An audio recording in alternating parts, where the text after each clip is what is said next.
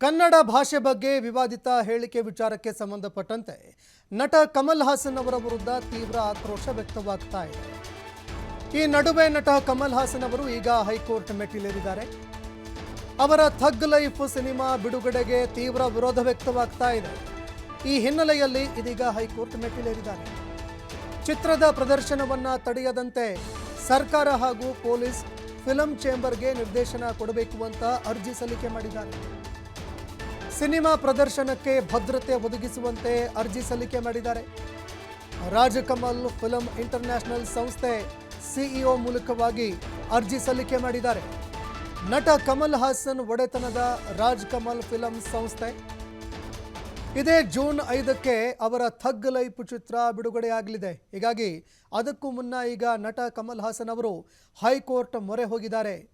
ನಟ ಕಮಲ್ ಹಾಸನ್ ಅವರು ಕೊಟ್ಟಂತಹ ಒಂದು ವಿವಾದಾತ್ಮಕ ಹೇಳಿಕೆ ತೀವ್ರ ಆಕ್ರೋಶಕ್ಕೆ ಕಾರಣವಾಗಿತ್ತು, ಟೀಕೆಗೂ ಕೂಡ ಗುರಿಯಾಗಿತ್ತು. ಇದಾದ ನಂತರ ಕನ್ನಡ ಪರ ಸಂಘಟನೆಗಳ ಕೆಂಗಣ್ಣಿಗೂ ಕೂಡ ಗುರಿಯಾಗಿದ್ರು. ಇದಕ್ಕೆ ಸಂಬಂಧಪಟ್ಟಂತೆ ಸ್ಪಷ್ಟೀಕರಣ ಕೊಟ್ಟು ಎಲ್ಲವನ್ನ ಇತಿಶ್ರೀ ಹಾಡಬಹುದಾಗಿತ್ತು. ಆದರೆ ಕಮಲ್ ಹಾಸನ್ ಅವರ ಹೇಳಿಕೆಗೆ ಸಂಬಂಧಪಟ್ಟಂತೆ ಯಾವುದೇ ಸ್ಪಷ್ಟೀಕರಣ ಇಲ್ಲ. ಹೀಗಾಗಿ ಸಹಜವಾಗಿ ಕನ್ನಡ ಪರ ಹೋರಾಟಗಾರರ ಕೆಂಗಣ್ಣಿಗೆ ಗುರಿಯಾಗಿದೆ. ಈ ನಡುವೆ ತೀವ್ರವಾಗಿ ಪ್ರತಿಭಟನೆ ಆಗ್ತಾ ಇರುವ ಹಿನ್ನೆಲೆಯಲ್ಲಿ ನಟ ಕಮಲ್ ಹಾಸನ್ ಇದೀಗ ಹೈಕೋರ್ಟ್ ಮೆಟ್ಟಿಲೇರಿದ್ದಾರೆ. ಮುಂದೆ ಬಿಡುಗಡೆಯಾಗಲಿರುವಂತಹ ಥಗ್ ಲೈಫ್ ಸಿನಿಮಾಗೆ ರಕ್ಷಣೆ ಒದಗಿಸಬೇಕು ಅಂತ ಈಗ ಹೈಕೋರ್ಟ್ಗೆ ಅವರು ಅರ್ಜಿ ಸಲ್ಲಿಸಿರುವಂಥದ್ದು, ಮನವಿ ಮಾಡಿಕೊಂಡಿರುವಂಥದ್ದು. ಚಿತ್ರ ಪ್ರದರ್ಶನ ತಡಿಬಾರದು, ಸರ್ಕಾರ ಹಾಗೂ ಪೊಲೀಸ್ ಫಿಲಂ ಚೇಂಬರ್ಗೆ ನಿರ್ದೇಶನ ಕೊಡಬೇಕು ಅಂತ ಅರ್ಜಿ ಸಲ್ಲಿಕೆ ಮಾಡಿದ್ದಾರೆ. ಇನ್ನು ಅರ್ಜಿ ವಿಚಾರಣೆಗೆ ಕೈಗೆತ್ತಿಕೊಳ್ಳುವಂತಹ ಕೋರ್ಟ್ ಇದಕ್ಕೆ ಸಂಬಂಧಪಟ್ಟಂತೆ ಏನು ನಿರ್ದೇಶನ ಕೊಡುತ್ತೆ ಅನ್ನುವಂಥದ್ದನ್ನು ಕಾದು ನೋಡಬೇಕಾಗತ್ತೆ. ಯಾಕಂದರೆ ಅವರ ಹೇಳಿಕೆಯಿಂದಾಗಿ ಈಗ ಕರ್ನಾಟಕದಾದ್ಯಂತ ಆಕ್ರೋಶಕ್ಕೆ ಕಾರಣವಾಗ್ತಾ ಇದೆ.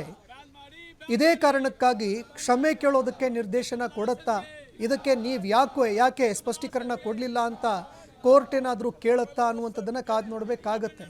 ಯಾಕಂದರೆ ಸಮಾಜದಲ್ಲಿ ಯಾವುದಾದ್ರೂ ಒಂದು ಹೇಳಿಕೆಗಳು ಅಥವಾ ಅವರ ನಡವಳಿಕೆಗಳು ಏನಾದರೂ ಆಕ್ರೋಶಕ್ಕೆ ಕಾರಣವಾದರೆ ಅಥವಾ ಗಲಭೆಗಳಿಗೆ ಕಾರಣವಾದರೆ ಅಂತಹ ಸಂದರ್ಭದಲ್ಲಿ ಅದಕ್ಕೆ ಸ್ಪಷ್ಟೀಕರಣ ಕೊಡಬೇಕಾಗತ್ತೆ. ಆದರೆ ಆ ಕೆಲಸಕ್ಕೆ ಕಮಲ್ ಹಾಸನ್ ಅವರು ಮುಂದಾಗಲಿಲ್ಲ. ಇದೆಲ್ಲದಕ್ಕೂ ಫುಲ್ ಸ್ಟಾಪ್ ಇಡಬಹುದಾಗಿತ್ತು. ಆದರೆ ಈಗ ಕೋರ್ಟ್ ಮೆಟ್ಟಿಲಿರೋದ್ರಿಂದಾಗಿ ಕೋರ್ಟ್ ಇದನ್ನು ಕೈಗೆತ್ಕೊಂಡು ಯಾವ ಒಂದು ತೀರ್ಪನ್ನು ಕೊಡುತ್ತೆ ಅಂತ ಕಾದು ನೋಡಬೇಕಾಗತ್ತೆ. ರಾಜಕಮಲ್ ಫಿಲಂ ಇಂಟರ್ನ್ಯಾಷನಲ್ ಸಂಸ್ಥೆ ಸಿಇಒ ಮೂಲಕವಾಗಿ ಕಮಲ್ ಹಾಸನ್ ಅವರು ಈಗ ಅರ್ಜಿ ಸಲ್ಲಿಕೆ ಮಾಡಿದ್ದಾರೆ. ಇನ್ನು ಈ ಕಂಪನಿ ನಟ ಕಮಲ್ ಹಾಸನ್ ಅವರ ಒಡೆತದ ಕಂಪನಿ ಅನ್ನುವಂಥದ್ದು ಕೂಡ ಗೊತ್ತಾಗ್ತಾ ಇದೆ. ಜೂನ್ 5ಕ್ಕೆ ಅವರ ಚಿತ್ರ ಬಿಡುಗಡೆ ಆಗುತ್ತೆ. ಆದರೆ ಇದಕ್ಕೆ ಸಂಬಂಧಪಟ್ಟಂತೆ ಕೋರ್ಟ್ ಏನೆಲ್ಲ ನಿರ್ದೇಶನ ಕೊಡುತ್ತೆ, ಈ ವಿಚಾರಗಳಿಗೆ ಫುಲ್ ಸ್ಟಾಪ್ ಇಡೋದಕ್ಕೆ ನಟ ಕಮಲ್ ಹಾಸನ್ ಅವರಿಗೆ ಏನಾದರೂ ಹೇಳುತ್ತಾ, ಅದನ್ನು ಕೂಡ ಕಾದು ನೋಡಬೇಕಾಗತ್ತೆ. ಯಾಕಂದರೆ ಯಾವುದೇ ಒಂದು ಪರಿಸ್ಥಿತಿಯನ್ನು ಸಮಾಜದಲ್ಲಿ ಅಶಾಂತಿಗೆ ಕಾರಣವಾಗುವಂತಹ ಹೇಳಿಕೆಗಳೇನಿದೆ ಅದಕ್ಕೆ ಸಂಬಂಧಪಟ್ಟಂತೆ ಕೋರ್ಟ್ ನಿರ್ದೇಶನ ಕೊಡಬಹುದು ನಿಜ. ಆದರೆ ಅಲ್ಲಿ ಆಗುವಂತಹ ಅನಾಹುತಗಳಿಗೆ ಯಾರು ಹೊಣೆ ಅನ್ನುವಂತಹ ಒಂದು ಪ್ರಶ್ನೆ ಕೂಡ ಬರುತ್ತೆ.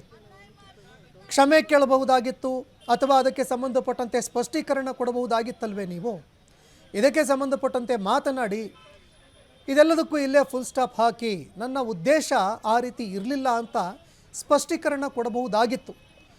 ಆದರೆ ಹೇಳಿಕೆ ಹಿಂದೆ ಇದ್ದಂತಹ ಉದ್ದೇಶ ಇದ್ಯಾವುದಕ್ಕೂ ಕೂಡ ಅವರು ಸ್ಪಷ್ಟೀಕರಣ ಕೊಟ್ಟಿಲ್ಲ.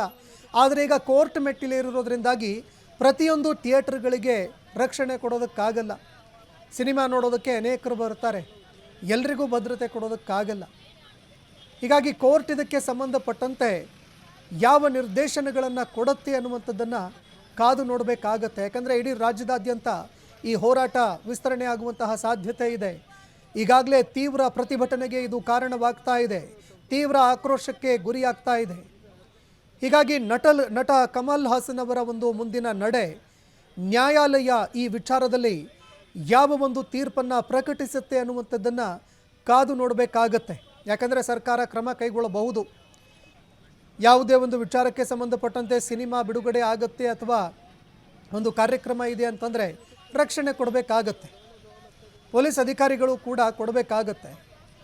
ಆದರೆ ಪ್ರತಿಭಟನೆಗಳು ಇಡೀ ರಾಜ್ಯದಾದ್ಯಂತ ಆದಂತಹ ಸಂದರ್ಭದಲ್ಲಿ ಆಗ ಪರಿಸ್ಥಿತಿಯನ್ನು ನಿಭಾಯಿಸೋದಕ್ಕಾಗಲ್ಲ. ಇದೇ ಕಾರಣಕ್ಕಾಗಿ ಕೋರ್ಟು ಯಾವ ಅಭಿಪ್ರಾಯ ಪಡುತ್ತೆ ಅನ್ನುವಂಥದ್ದನ್ನು ಕಾದು ನೋಡಬೇಕಾಗತ್ತೆ.